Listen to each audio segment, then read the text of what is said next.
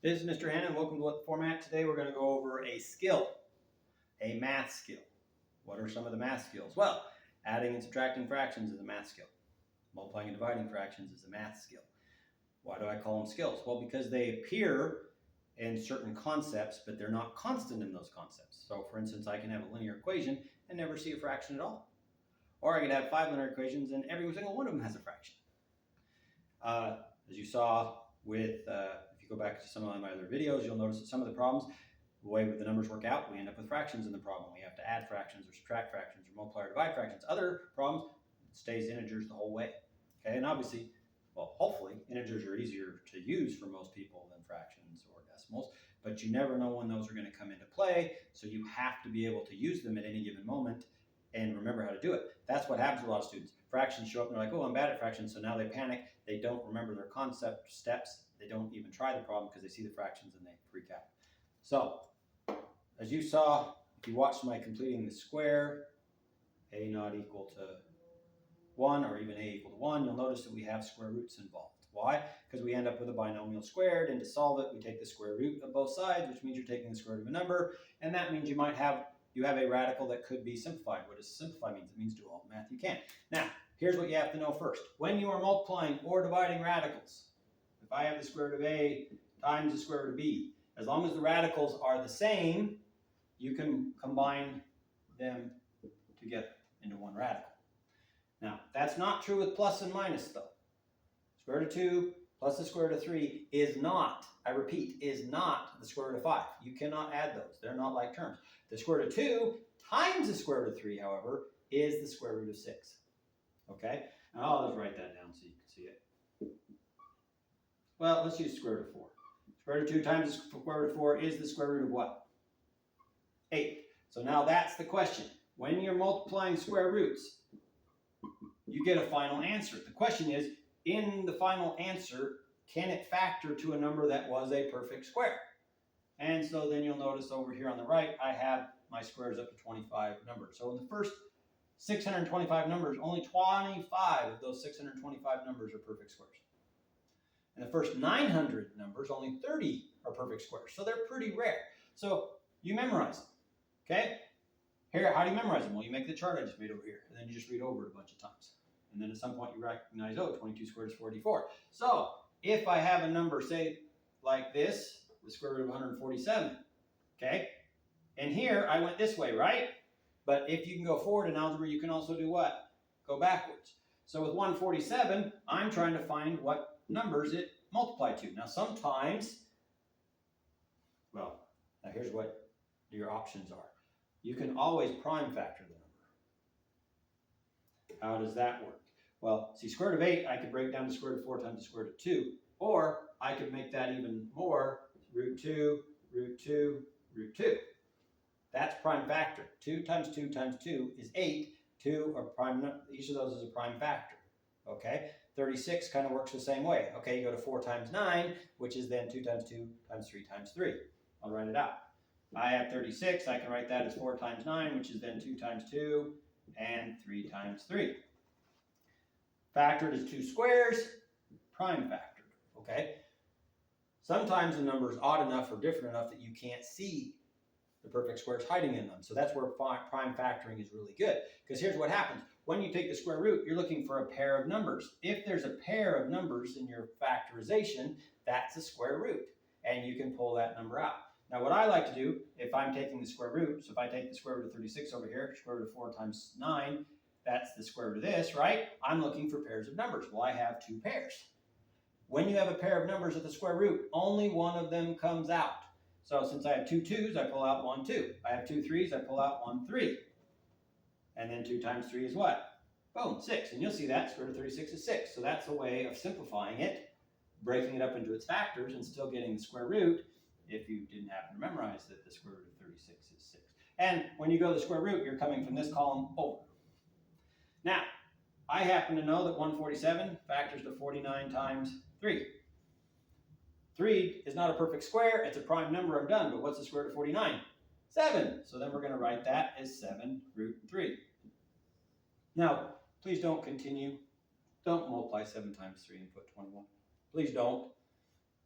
We cannot multiply a number inside a radical by a number outside the radical. We have to leave them just together. It's a little bit like saying 7 times x, and so what do we write? 7x. So 7 times root 2 is 7 root 2. 7 times root 5 is 7 root 5. Okay, now if I have something like 7 root 4, what is the square root of 4? That's 2. So now I can write that as 7 times 2 times 14. So simplifying radicals, what you do, a lot of it just depends on the numbers you're given. And you're not choosing those. That's already been chosen for you. You just have to react to it. So you have to know when you can pull a number out and when you can't. And sometimes it'll look like you can, right? You got the square root of, say, 132, and I'm thinking, oh, there's got to be something in there that comes out, right?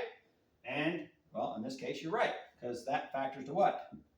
2 times 66, and that's 2 times what? 33, and that's 3 times 11. So there's your 2 2s. Yes? So the 2 2s, what does that give me? Pull one out. Okay, so I pulled one of the 2's out. I cancel them both. I'm left with the 3 and 11, so then you put those back together, you get 2 root 33, right? So let's go to the square root of 134, looking very similar. Okay, something's going to come out, right? Nope, 2 times 67. Those are both prime numbers. I can't simplify it, so I get 134. So that's how you do it. So the way that works every time is to prime factor the number. If you prime factor the number, when you're doing simplifying radicals and you're looking for a square root, you're looking for pairs of numbers. Now, the good news about that too is if you're good at prime factoring, you can use that for cube roots. Cube roots is looking for a set of 3. So if you don't have 3 numbers, there's nothing to pull out. But if you have 3 3s, you pull out 1 3. Now, when you're simplifying radicals and you're looking for groupings of them, so square root, you're looking for pairs, cube root for 3, fourth root, you'd be looking for 4 numbers, fifth root, you'd be looking for 5 numbers. If you have that set of 5, when you're simplifying that radical, only one of them ever comes out. So even if I have the fifth root of, say, like 64, which is 6 2's, I'm looking, since it's the fifth root, I'm looking for 5 of those 2's. So I circle the 5 2's. How many of them come out? 1. Boop. And then whatever is left that doesn't pair up according to the root, you leave in the radical. Now, if there's one number in there, you just leave it. Like in the case of fifth root of 64, I'm looking for 5 2's. 32 is 5 2, so I pull out the 1 2. That's a 2, but I have a 2 left over, so I go 2, fifth root 2. Kind of like I did here. 7 root 2, I just have a 2, and this would be the fifth root 2. And you always match the index they give you. Now, in the square root, they don't give you the index. That's the default. Okay? But you could have a cube root. You could have a fourth root. You could have a fifth root. And like I said, at that point, they're just looking for a set of 3, a set of 4, a set of 5. If there's that set, you circle that set, one number comes out in front. How many ever sets they have, that's how many numbers you pull out in front. If you pull more than one number out, then you multiply them together. And then if there's more than one number left inside, you multiply them back together. Right? And then there you go. 1 to 200 is a good place to start. Okay? If you're going up to 25, that will extend that. But starting with 1 to 200 will give you an idea because, that moves up to where you get the first 10. And that's a lot of times where people start, like 2 times 100, 2 times 81, and so far like that. Or you could have 3 times 100. So that's 10 times root 3. So maybe you start with multiplying these up to 100 by 2, then start by multiplying by 3, 4. Even though 4 is a perfect square, that means maybe you might have double perfect squares, like you saw here, 4 and 9. That does happen. Some numbers are products of squares. Yeah? Like 81, 9, 3 times 3. So you got 9 times 9, 3 times 3. Are there any others like that? Well, yeah. See, square root of 16 is what? 4. Of course, you notice it get higher up till you get that. Square root of 25 is 5, so 625. But that is how you simplify radicals. Hopefully, if you memorize this, that's a start. And then, as you can see, they can hide perfect squares in there. 49 times 3, not a common number that people see, 147. Now, I know it because I see it all the time. But usually students don't, if they don't see numbers a lot, they kind of get confused by them. And especially when numbers get complicated, they think, oh, it can't be done. But look, 132, 134, 2 similar numbers. This was able to simplify it, this wasn't. You have to go through the process because at some point, the numbers aren't familiar enough for you to know for sure. Same thing with factoring. Some trinomials may look prime, but it was maybe just a weird factor pair that you forgot and didn't remember, and that's why it it looked prime, but you missed the factor pair, so it really did factor. Same thing with radicals. If you factor the number wrong, you're going to get the answer wrong. But this is a skill. And since we're solving quadratics, since quadratics are x squared, that involves a lot of square roots. Now, these are usually more advanced. Cube roots, fourth roots, fifth roots are usually more for algebra 2. Maybe algebra 1 will get some cube roots, but usually not because we stay with x squared. So that's why we're doing square roots. Okay? But just remember, the square root, you're looking for a pair of numbers. If you have a pair of numbers, like here, see 2 2's, root 2 times root 2, that's your 2. What's left over? 1, 2, so there's your 2 root 2. So square root of 8, square root of 4 times square root of 2, square root of 4 is 2, there's your 2 root 2. Or you could have prime factored. You got 2 options.